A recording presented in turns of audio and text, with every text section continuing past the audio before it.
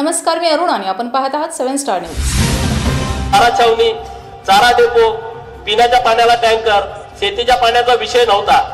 ज्या 10 वर्षापूर्वी आम्ही आंदोलन करायचो, तुम्ही दुष्काळी दौऱ्यावरती आला होता, तावडे साहेब विरोधी पक्ष नेते होते, तुम्ही होता, माननीय संभाजी पवार आप्पा आमदार होते, सुरेश खाडे होते, तेव्हा तुम्ही दुष्काळी दौऱ्यात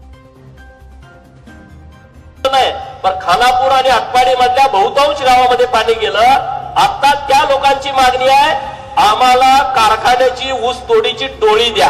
10 वर्षामध्ये इतका बदल झाला आणि तो सगळा बदल हा आपल्या महायुतीच्या सरकारमुळे झालाय। दादा, आपण जिल्ह्याचे पालकमंत्री आहात आणि खानापूर आटपाडीकडे जरा जास्तीचं लक्ष देण्याची आवश्यकता आहे।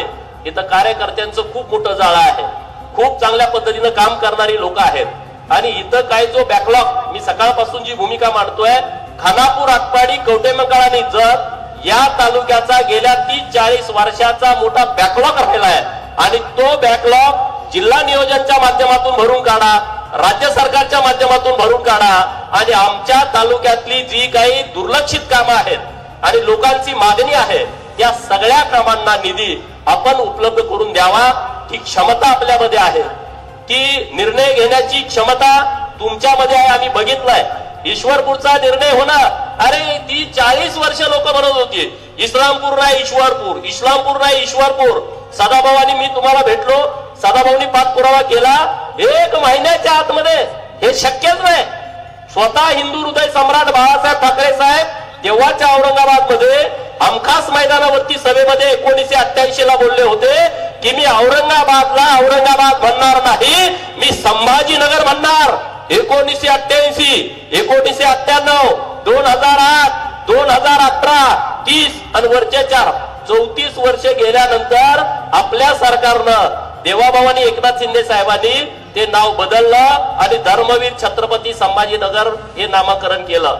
1 महिन्याच्या आतमध्ये तुम्ही नाव बदलता, ही एवढी सोपी वाटते तितकी प्रक्रिया नाही आहे, त्याच्यासाठी पाठपुरावा करावा लागतो।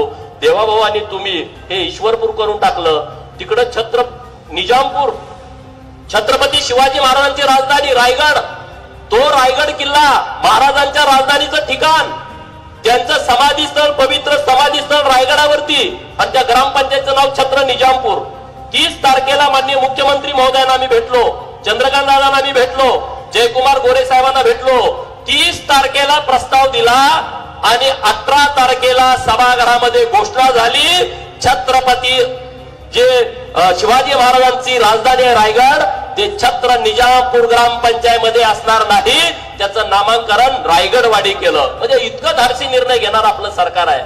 त्यामुळं दादांना मी मनापासून खूप खूप शुभेच्छा देतो, आभार व्यक्त करतो की तुम्ही दुष्काळी तालुक्यामध्ये, नाही लोक भाषण करतात दुष्काळी तालुका आहे, दुष्काळी तालुक्याला आम्ही न्याय देणार। अरे देणार म्हणजे काय देणार? दुष्काळी तालुक्याला न्याय देणार म्हणजे काय देणार? दुष्काळी तालुक्याला पाणी देणार, दिलं। दुष्काळी तालुक्याला न्याय देणार म्हणजे काय देणार? शिवाजी विद्यापीठाचं उपकेंद्र दुष्काळी तालुक्याला दिलं, त्याला म्हणतात न्याय देणं, त्याला म्हणतात न्याय देणं। आज ते छोटं रोपट आहे, पण ते उद्या वटवृक्षामध्ये त्याचं रूपांतर होणार आहे। आज जे उपकेंद्र आपल्या या गावामध्ये होणार आहे, त्याचा मोठा वटवृक्ष 5-10 वर्षामध्ये तुम्हाला झालेला दिसेल।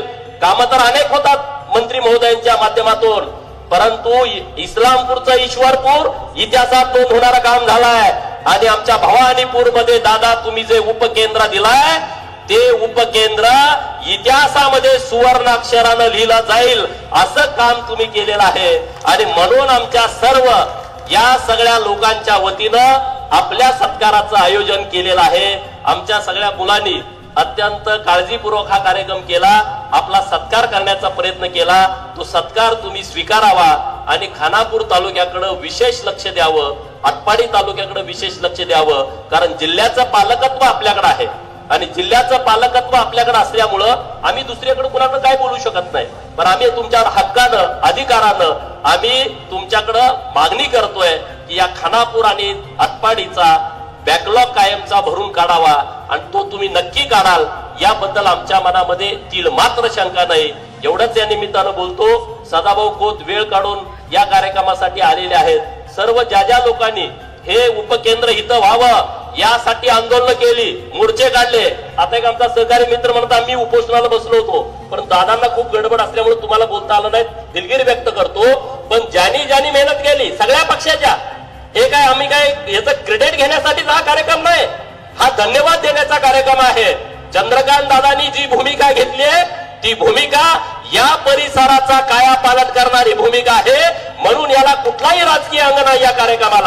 या कार्यक्रमामध्ये कुठलाही राजकीय याची पार्श्वभूमी नाही, परंतु दादांचा सन्मान होणं ही आपल्या सगळ्या लोकांची भावना होती. दादा, दुसरी एक जाता जाता मागणी करतो. लोकांचे अनेक निवेदन येतात, तुमच्याकडे पण ती आले असतील. शिवाजी विद्यापीठ हे एकेरी नाव आहे, छत्रपती शिवाजी विद्यापीठ करावं अशी अनेक विद्यार्थी चळवळीतल्या मुलांची मागणी आहे. त्याचाही विचार आपण पुढच्या काळामध्ये करावा आणि ते नाव छत्रपती शिवाजी विद्यापीठ करावं अशीच तुम्हाला आम्ही विनंती करतो आणि थांबतो.